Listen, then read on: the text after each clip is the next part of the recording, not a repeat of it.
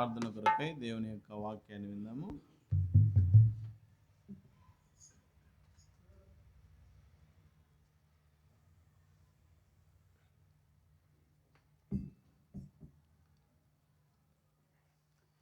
Praise God for the opportunity given to me to come over here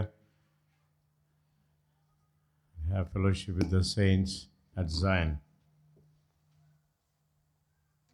దేవుని బట్టి మీకు వందనాలు చేస్తున్నాను. మీతో ఈ సమయంలో సహవాసం కలిగి ఉండడానికి దేవుడు అనుకూలింపచేశాడు. అందరం బట్టి దేవునికి వందనాలు. For our fasting and prayer, let's turn to the Gospel of Luke. ఇది నము ప్రార్థన సమయం కొరకు లూకా సువార్త నుంచి కొన్ని మాటలు చదువుకుందాం. Luke's Gospel, chapter 18. లూకా సువార్త 18వ అధ్యాయం. Let's read verse 1 to 8 responsibly, please. 1 నుంచి 8వ వచనం వరకు మరి కలిసి చదువుకుందాం. మార్చి చదువుకుందాం. వారు విసుగక నిత్యము ప్రార్థన చేయుచుండవలె ననుటకు ఆయన వారితో ఈ ఉపమానం చెప్పారు. 2వ వచనం.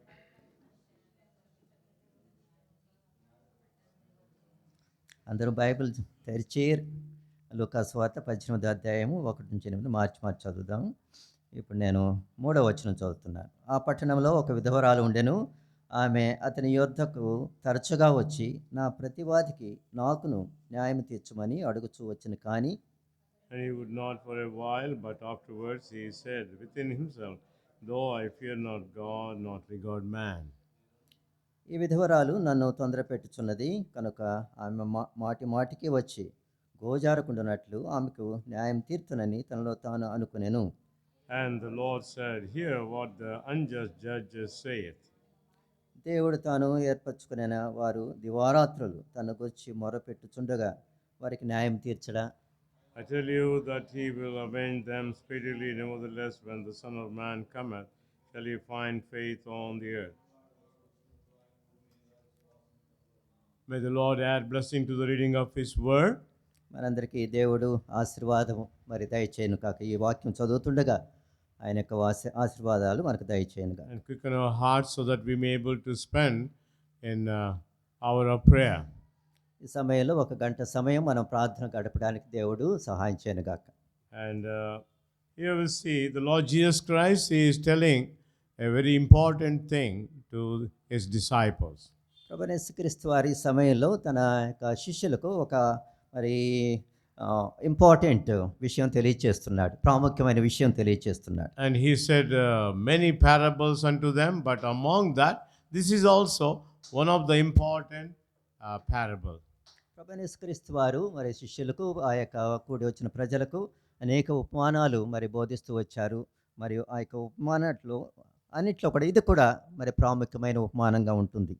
And it says, and he spake unto a parable unto them to this end, that men ought always to pray and not to faint. కాబట్టి ఈ యొక్క పారబుల్ మనం చదివినట్లు ప్రభువైన యేసుక్రీస్తు వారు మరి ప్రార్థన ఎడతెగక చేయవలను, మరి ప్రార్థన అనేది నిరంతరం సాగాలని ప్రభువైన యేసుక్రీస్తు వారు బోధించినట్టుగా మనం చూస్తాం. In English it says not to faint, without fainting. నిత్యం ప్రార్థన చేయుచుండవలను, విసుగక నిత్యం ప్రార్థన చేయుచుండవలను. Yeah, visugaka. In English it says not to faint. If we stop praying, we will be fainted. కాబట్టి మనం ప్రార్థన చేయడం ఆపితే మనకు మరి మరి ఫెయింట్ అంటే ఇంగ్లీష్లో మనం మరి ఆపి faint, you know, faint. Yeah, physically also some people they faint, and so also spiritually also we will be fainted if we stop praying. అంటే ఆత్మీయంగా మనము మరి బలహీనం అయితే మరి ఫిజికల్గా కూడా అంటే ఫిజికల్గా మానసికంగా మరి మనం అలసిపోతాం. But Lord is encouraging us that we need to pray without fainting.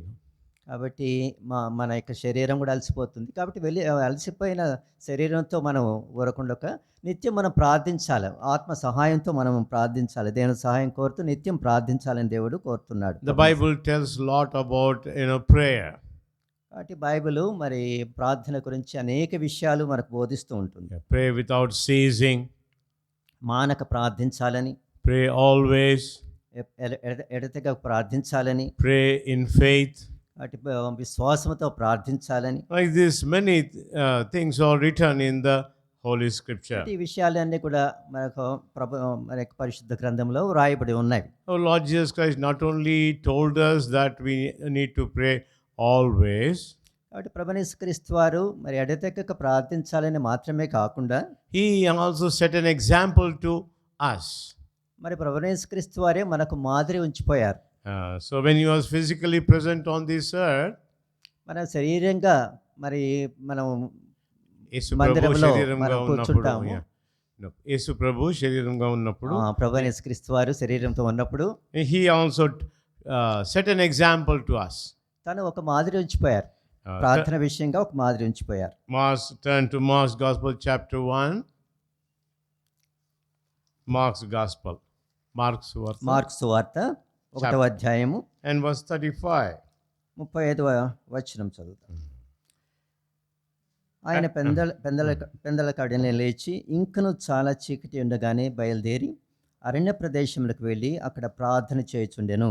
And in the morning, rising up a great while before day, he went out and departed into a solitary place and there prayed.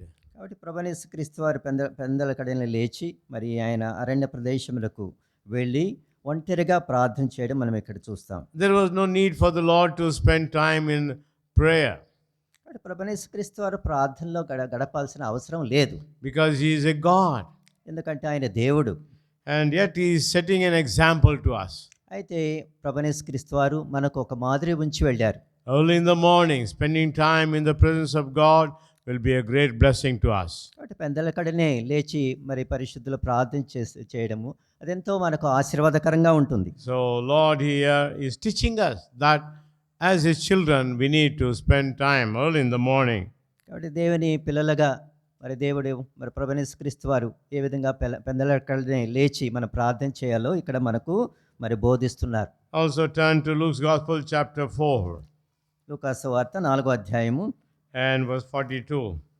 42వ వచనం చదువుతాం. When it was day, he departed and went into a desert place, and the people sought him and came unto him and stayed him, that he should not depart from them.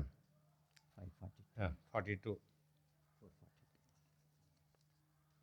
4:42. Chapter 4 and ఉదయమైనప్పుడు లూకా సువార్త 4వ అధ్యాయం 42వ వచనం. ఉదయమైనప్పుడు ఆయన బయలుదేరి అరణ్య ప్రదేశములకు వెళ్ళెను. జనసమూహం ఆయనను వెదకుచూ ఆయన ఎద్దకు వచ్చి తమను విడిచిపోకుండా ఆపగా ఆయన నిద్ర పట్టణంలో దేవుని సువార్తను ప్రకటింపవలెను, ఇందు నిమిత్తమే నేను పంపబడుతున్నానని వారితో చెప్పాను. So here we see in the day, when it was day, he departed unto a desert place. Why he went to a desert place? To pray. అంటే ప్రభువైన యేసుక్రీస్తు వారు ఉదయమైనప్పుడు ఆయన అరణ్య ప్రదేశములకు మరి ఎక్కడ మరి ప్రజలు లేని ప్రదేశానికి వెళ్ళాడు. ఎందుకంటే ప్రార్థన చేయడానికి. Early in the morning he spent time in prayer. ఉదయకాలమే ప్రభువైన యేసుక్రీస్తు పెందల కడనే లేచి ప్రభువైన యేసుక్రీస్తు వారు ప్రార్థన చేయడానికి బయలు వెళ్ళినట్టుగా మనం చూస్తాం. And the whole day also he spent time in prayer. దినమంతా కూడా ప్రార్థనలో గడిపినట్టుగా మనం చూస్తాం. And even though people are searching for him, but yet he spent time in prayer. ప్రజలు ఆయన కొరకు వెతుకుతున్నా కూడా ఆయన ప్రభువైన యేసుక్రీస్తు వారు ప్రార్థన కొరకు మరి ఆ యొక్క అరణ్య ప్రదేశం వెళ్ళినట్టుగా మనం చూస్తాం. That tells us how much prayer is important in our life. కాబట్టి దీన్ని బట్టి మనము ప్రార్థన అనేది ఎంత మన జీవితాల్లో ఎంత ప్రాముఖ్యమో ఎంత అవసరమో మనము చూస్తాం. In chapter 6 and verse 12, Luke's Gospel. లూకా సువార్త 6వ అధ్యాయం 12వ వచనం. And it says, it came to pass in those days that he went out into a mountain to pray and continued all night in prayer to God. ఆ దినముల యందు ఆయన ప్రార్థన చేయుటకు కొండకు వెళ్ళి దేవుని ప్రార్థించుట యందు రాత్రి గడిపెను. Notice here, the whole night he spent time in prayer. అంటే రాత్రంతా కూడా ప్రభువైన యేసుక్రీస్తు వారు ప్రార్థనలో గడిపినట్టుగా మనం చూస్తాం. Early in the morning, he spent time in prayer. పెందల కడనే లేచి ప్రార్థనలో గడిపినట్టుగా మనం చూస్తాం. The whole day he spent time in prayer. దినమంతయు ప్రార్థనలో గడిపినట్టుగా చూస్తాం. And even in the night, the whole night he spent time in prayer. రాత్రంతా కూడా ప్రార్థనలో గడిపినట్టుగా మనం చూస్తాం. So that tells that prayer is a very important thing in our life. కాబట్టి దీన్ని బట్టి మనకు తెలుసుకోవాల్సింది ఏమంటే ప్రార్థన అనేది చాలా మన జీవితాల్లో చాలా ప్రాముఖ్యమైనది, అవసరమనేది కూడా మన వాక్యం చెప్తూ ఉంది. Not only in when he was physically present, he prayed time in prayer. ఆయన మరి మానవుడిగా ఈ లోకంలో ఉన్నప్పుడు ప్రార్థన చేయడమే కాకుండా, ప్రార్థనలు గడపడమే కాకుండా, Even on when he was crucified on the cross, the Lord did pray. ప్రభువైన యేసుక్రీస్తు వారు మరి సిలువలో కూడా మరి ప్రార్థించినట్టుగా మనం చూస్తాం. Yeah, the Lord Jesus Christ, when he was crucified, he uttered the very first word, Father, forgive them, for they do not know what they are doing. ప్రభువైన యేసుక్రీస్తు వారు మరి ఈ యొక్క సిలువలో మరి ఆయన సిలువ వేయబడినప్పుడు ఆయన పలికిన మొదటి మాట, తండ్రి వీరేమి చేయుచున్నారు, వీరు ఎరుగురు కనుక వీరిని క్షమించుము. Yes, what a prayer Lord did, prayed that forgive them, for they do not know what they are doing. కాబట్టి ప్రభువైన యేసుక్రీస్తు వారు మరి వీరేమి చేయుచున్నారు, వీరు ఎరుగురు కనుక వీరిని క్షమించుమని మరి క్షమాపణ గురించిన ప్రార్థన చేసినట్టుగా మనం చూస్తాం. And after he died, buried and rose again, ప్రభువైన యేసుక్రీస్తు వారు చనిపోయి తిరిగి పునరుద్ధారణుడిగా లేచిన తర్వాత when he went to heaven, and there also he is praying. పరలోకంలో ఈ తండ్రి కుడి పార్శ్వంలో కూర్చుని కూడా ఆయన నిరంతరం ప్రార్థన చేస్తూ ఉన్నారు. Romans chapter 8. రోమా 8 అధ్యాయం, రోమా గ్రంథం 8వ అధ్యాయం and verse 34. 34వ వచనం చదువుతాం. శిక్ష విధించు వాడెవడు, చనిపోయిన క్రీస్తు యేసే, అంతేకాదు మృతుల్లో నుండి లేచిన వాడును, దేవుని కుడి పార్శ్వమున కూర్చున్న ఉన్నవాడును, మన కొరకు విజ్ఞాపన కూడా చేయవాడును ఆయనే. Notice here, he is risen again, who is even at the right hand of God, who also maketh intercession for us. కాబట్టి ప్రభువైన యేసుక్రీస్తు వారు మృతుల్లోనే లేచిన తర్వాత కూడా మరి దేవుని కుడి పార్శ్వమున కూర్చున్నప్పుడు కూడా మన కొరకు విజ్ఞాపన చేస్తున్నట్టుగా మనం చూస్తాం. Yeah, what a Lord Jesus Christ, set him physically present on this earth, prayed, and even on the cross prayed. He went to heaven. There also he keep on praying. ప్రభువైన యేసుక్రీస్తు వారు శరీరంతో ఉన్నప్పుడు మరి ఎడతెగ పందెలకడైన ప్రార్థన చేస్తూ వచ్చారు, దినమంతా ప్రార్థన చేస్తూ వచ్చారు, రాత్రంతా కూడా ప్రార్థన చేస్తూ వచ్చారు, సిలువపై కూడా ప్రార్థన చేస్తూ వచ్చారు. అంతేకాదు మరి పునరుద్ధారణైన తర్వాత తండ్రి కుడి పార్శ్వమున కూర్చుని మరి నిరంతరం మన కొరకు విజ్ఞాపన ప్రార్థన చేస్తున్నట్టుగా మనం చూస్తాం. When the Lord is praying, it motivates us, encourages us that we should also spend time in prayer. మరి ప్రభువైన యేసుక్రీస్తు వారు